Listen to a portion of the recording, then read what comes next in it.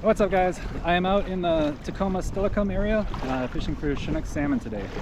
So as I mentioned before, I'm still working towards getting 500 subscribers. Once I get 500, I can basically split the profits between my bait budget and an ocean conservation organization called Oceana. So please do like and subscribe below. Today I'm focusing on Marine Area 13. So they basically closed off salmon fishing in 10 and then restricted it to certain days in like 11 and 12. Never been this far south, so I thought I'd give it a shot. So far it's been really nice. I've been actually fishing for about 2 hours, and I get the sense the bite's just about to pick up. I'm basically using a green spoon and a hoochie, and just seeing which works. I'm gonna kind of alternate between the two throughout the day.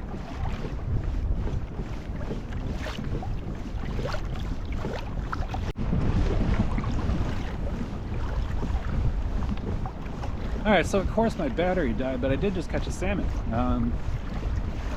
So it's probably this big, maybe a 15-16 inch Chinook. But I'm going to take that as a good sign. There are salmon around.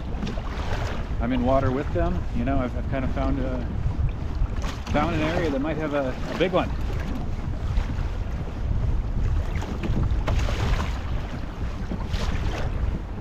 And I don't know if it's obvious, but the wind is picking up a bit. It's around, I'd say 10 or 11 knot winds right now. But because of the structure of the land and stuff, I'm anticipating only this much chop. I'm not really expecting it to get worse.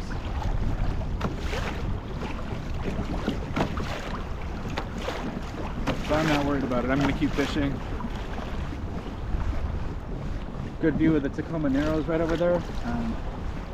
So you probably just had a really good view of it, but those white pillars are the Tacoma Narrows Bridge. So I'm probably 2 or 3 miles south of it. I actually forgot the name of this point, but I'm fishing right by a point south of the Narrows. Alright, encouraging to actually have caught one. Oh, there's one.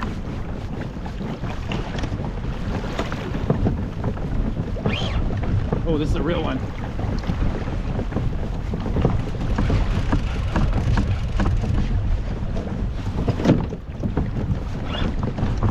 Yeah, this is a real one.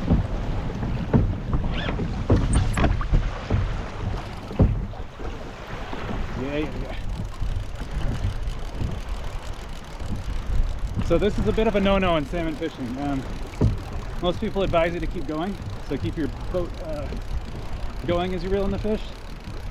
With Chinook, I actually stop and face them. And the reason for that is I don't want to exhaust them too much. They're a strong fish. Because of that, they can actually exhaust themselves to death. So just pulling and pulling and pulling is not good for them.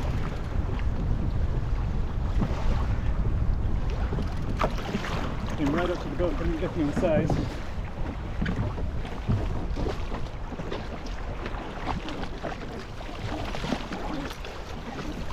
Alright.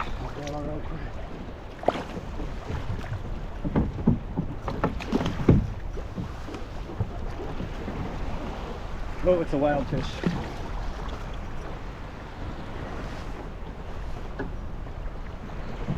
It's a wild fish.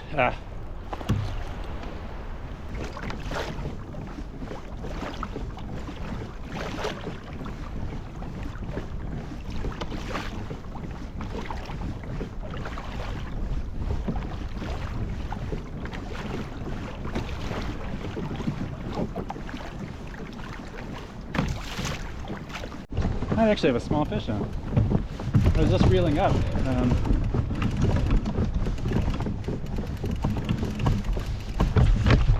And it's actually not uncommon for them to take on the like as you reel up, basically. Oh, it happened. Oh, geez. No, this is a fish. So I was just, geez.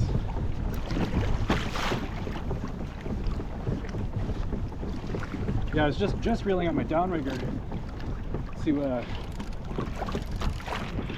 reset. Ooh, geez.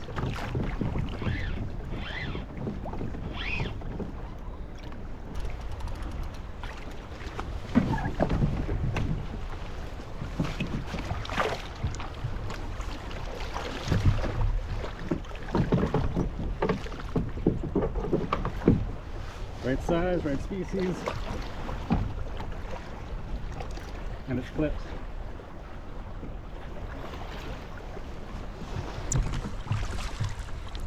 So just measured it, it's about 21 inches.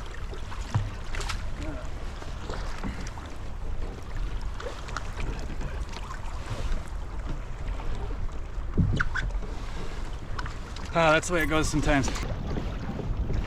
If nothing else, it's just really nice to be out here. I'm like literally fishing right next to a golf course, and then I have the Tacoma Narrows right behind me.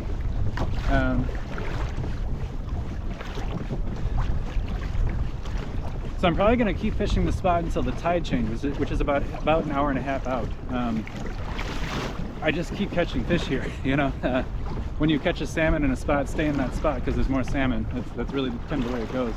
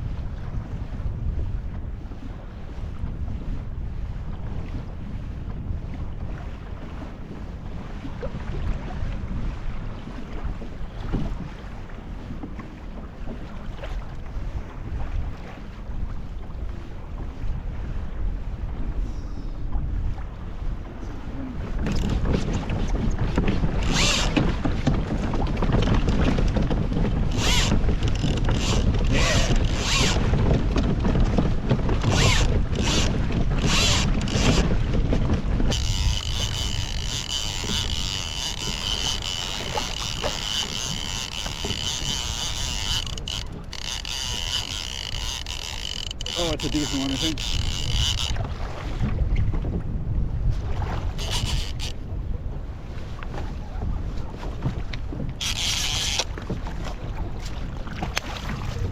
Come on, come on, come on, come on, come on, come on. Oh, and the hook pulled right at the last second. Wow.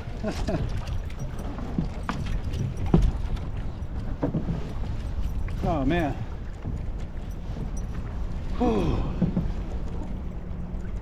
It is wild. It's a wild fish. Oh. That's okay. That's okay. Oh, that's okay. I was pretty excited about this one. I do think it measures out. I think that one measures out. I'm guessing 23, 25 inch, not 25, 23, 24 inches probably. Oh man.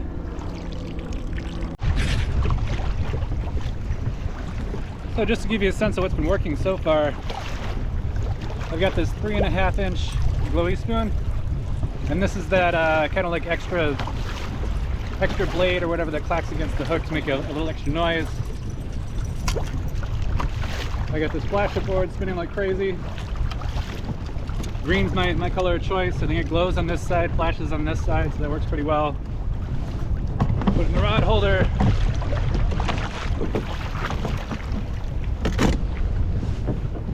I go with herring NS lotion.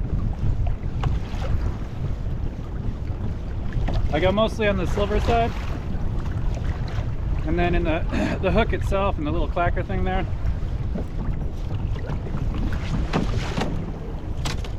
Then I actually put a little on the flasher board too.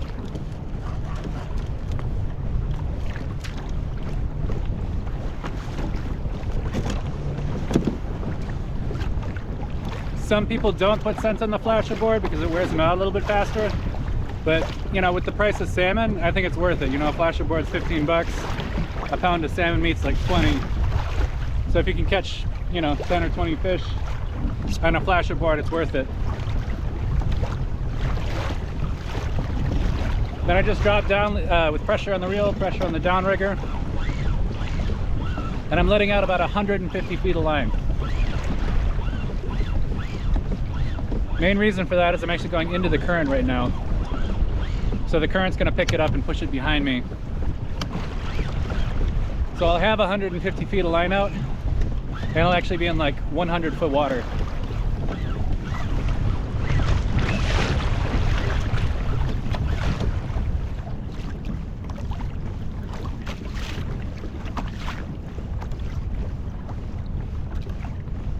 craziest Chinook catch I ever had was just letting the line out behind the kayak to actually like clip into the downrigger and send it down. And as I let it out, a Chinook actually took it off the surface. So it bit a lure, like literally skimming across the surface of Puget Sound. It was a 16-inch fish. It wasn't, you know, much weight to it or anything like that, but it was a very surprising Chinook catch. That actually happened at Bainbridge Island. Ooh, I just got a thump.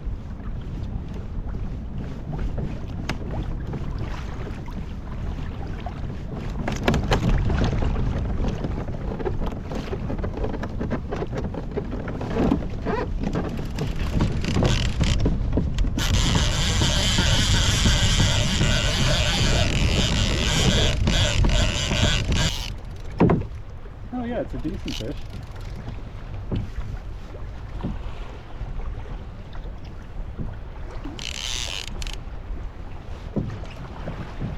I think it's under though.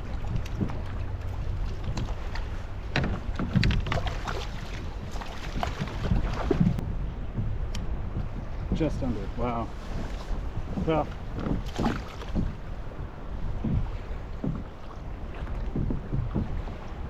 Sorry I wasn't more excited about that last fish. So first off, it felt really small. So it was actually tangled in the downrigger line. If it was bigger, it actually would have broken the line for sure, because the main line was actually wrapped around the downrigger a couple times. The other thing that distracted me is I broke my pedals. Look at this. So this is what's called the idler pulley, and this is the idler pulley cable, and it should basically go over like that. But it snapped. I did notice it was starting to wear. There was some kinks in it and stuff. I've been halibut fishing in the Strait of San Juan lately, and definitely putting a lot of strain on it with all the current out there. But unfortunately, this is my situation now. So as I pedal, you hear that squeaky sound? Yeah, okay. So whenever you get a squeaky sound like that, it sounds like a marine mammal. You know, it sounds like a porpoise, it sounds like an orca, it sounds like something like that. You're not going to catch any salmon with a squeak in your pedals, unfortunately. So I'm still gonna troll, but you know, my odds are pretty much zero at this point of catching anything, because I basically sound like a big whale now. But I'm gonna try it anyway. Let's see what happens. So just if the squeaky pedals weren't enough, my downrigger is actually stuck on something on the bottom. So occasionally, like a crab trap or something like that will actually descend to the bottom of the ocean. For whatever reason, like a rope will break or something like that, or could be an underground cable, or you know, something like that. But ultimately, my downrigger ball is actually stuck on something on the bottom. So this can happen. It actually can be a little bit dangerous, because basically, without knowing it, all of a sudden your kayak's gonna like veer off because it's stuck to the bottom. So the best way I've dealt with this before is to essentially like trace your steps. So I came from that way. So probably the best thing that I can do is actually go that way and try to get it free. At this point, I usually hold the downrigger like this, and it's a lot like just unsnagging a rod or something. The only thing to be careful about is now I'm, you know, attached to the bottom, and this is 200-pound braking strength. So if something does happen, I'd have to let go of this. And I'm essentially just gonna go back the way I came and then tug and hope that whatever's stuck on comes loose.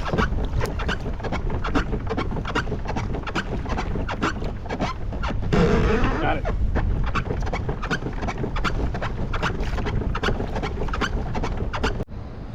Alright guys, I think I'm gonna stop it there. Yeah, fun day on the water, like very eventful. Broke my pedal drive.